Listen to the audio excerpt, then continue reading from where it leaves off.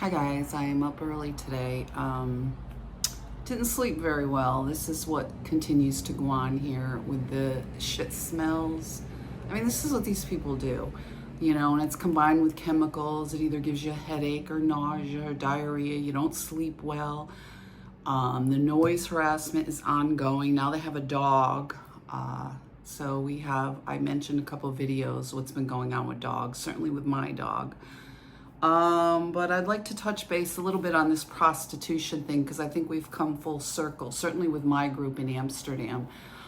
This has been going on since I was a child, this whole idea that you grow up on welfare or you're from the underclass or you're poor, you're not going to amount to anything. And I heard this throughout my growing up, and certainly it intensified when I decided to go to college. I didn't do my hair. I don't put on my makeup anymore. I rarely do my hair because you're back in survival mode. So excuse me, but I want to show what it's really like, because it doesn't take much when you're homeless to make a woman doesn't look like she's slovenly or she's not taking care of herself or she doesn't have the intelligence to have opportunities.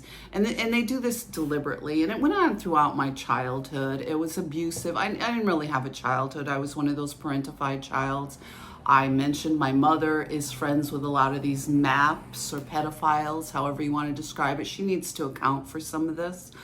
She's been very abusive. I hadn't seen her in 20 years. I left home when I was 17. I cared about my family. I always defended them. I never asked anything from them, but I swore I would never go back as I made it through college. And they harassed me through college, the Jehovah Witnesses, because Jehovah, you're not supposed to be educated. So this prostitution thread has always been there. I just never knew what it was. And of course, my ex-husband and his family were in this village that we moved to. He has relatives. So I grew up with these guys. I was 14. A lot of them played football, very popular, wealthy families. My ex-husband was involved in that. And I didn't really know that. He was best friends with my cousin. I think I mentioned that. So he was aware of me at 14. At 13, he was at my cousin's wedding. So this has been an ongoing theme. And then, of course, he lied. So this is an ongoing thing to get you on the street, to deny you economic opportunities. As far as I'm concerned, prostitution is paid rape. Okay? Given the opportunity, women would choose other work, of course. There was prostitution going on at the jail. But most of it was for drug use. It was a quick way to make money for drugs. In other ways, it was, we see this now with housing. We get someone that's going to address housing, but he wants women into prostitution. So this Mandami, I'm a little concerned. I hope I said that right.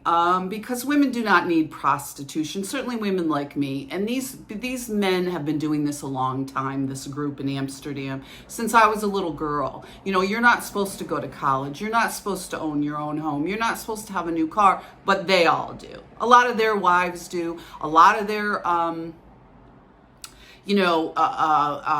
friends that they know can have a new car, can own their own home, can be divorced, can do whatever they want, and it's okay. But if you grow up poor, somehow you're automatically a whore, you're automatically a prostitute. And they have chipped away at my life for a long time with this contempt, the mean girl club. And then this time, after 20 years of not seeing my family, they show up with these people, with the police, and accuse me of prostitution. And then I find out the neighbor works for the cops.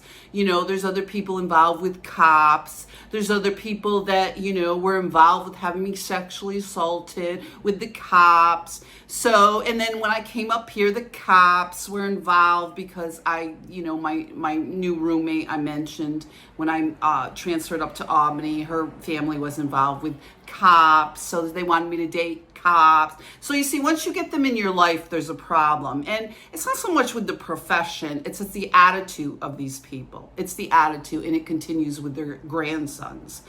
because I dealt with their grandfathers who didn't speak English and had some patriarchal machismo attitudes. And then, of course, their sons didn't speak English and were uneducated about women's role here. If you can't deal with women's independence or women having a career, which is what I did, or all sorts of other things involving women, you need to go back to Italy, Mr. Megna, okay? Because this is America, and it's certainly going to skew your perspective when you deal with domestic violence victims and you deal with rape victims and you deal with child abuse or sexual assault. Same as Mr. Spencer, who were both promoted to police chief. I would like you to look at what's going on in New York City with the NYPD and the good work they're doing down there. Okay, because we need services. The women over at the jail were clamoring for services, and I was disgusted because grown women, we shouldn't be sitting there coloring. You know, these are complex issues. You're dealing with domestic violence, you're dealing with child abuse, you're dealing with opportunities for women, and this is what goes on at the jail. They lock you up for nonsense, certainly in my case, and then you go and you color. You know, rather than speaking to an advocate, a victim's advocate, talking about your assets. I was trying to get my dog, my car, my belongings, and this is what these people do. And I got none of it because they were too busy playing games and they thought it was funny. So we really need to look at this, and I'm going a little over, so we will continue to talk about it because this has been going on a long time in Amsterdam and it needs to stop. And certainly Gloversville has a problem, Northville. I've come down here to Schenectady, and once again, I had tried to get work there years ago and had problems at the Y. So now we're in Albany, and we can talk about some of these issues because forcing women into prostitution is not the answer. And certainly if it was so great, we wouldn't have to force anyone, okay? Be safe out there, guys, and we'll talk again.